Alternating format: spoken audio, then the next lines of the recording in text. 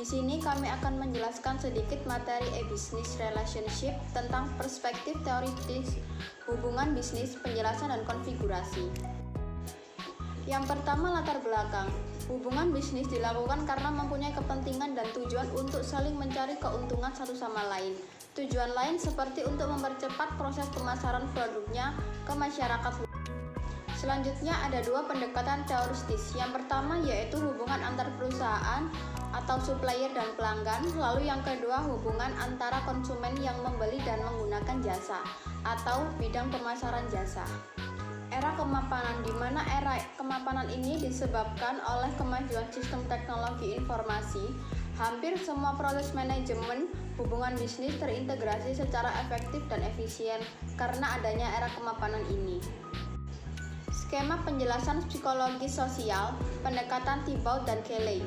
Yang pertama, pendekatan yang dikembangkan untuk menjelaskan perilaku individu, tetapi kemudian diterapkan pada hubungan bisnis organisasi. Lalu yang kedua, dirancang untuk menjelaskan terjadinya komitmen antara individu dalam kelompok sosial atau organisasi. Dan yang ketiga, dasar dari teori ini adalah adanya hubungan manusia yang dibentuk dengan membandingkan biaya dan manfaat dari sebuah hubungan maupun hubungan dengan yang lainnya. Terdapat 3 kasus dalam skema penjelasan psikologi sosial. Yang pertama, mitra dalam hubungan bisnis tidak ketergantungan, dapat beralih ke mitra lain. Yang kedua, terdapat mitra memiliki ketergantungan, tidak memiliki alternatif yang menarik. Lalu yang terakhir, hubungan tidak menarik, kelanjutan komitmen bergantung terhadap sikap dari situasi tersebut. Ada 3 investasi terkait hubungan bisnis.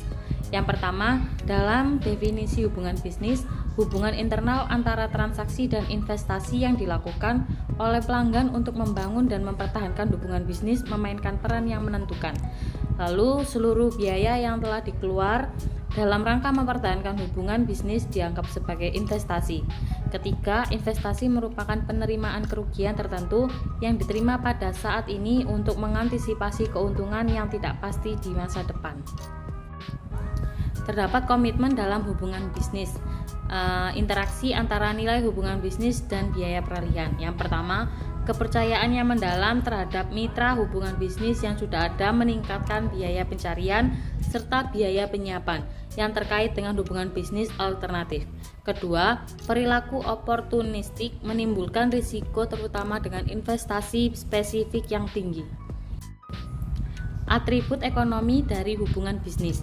Atribut struktural, yaitu karakteristik-karakteristik yang dapat menggambarkan dan menjelaskan struktur dan hubungan antara dua atau lebih entitas bisnis.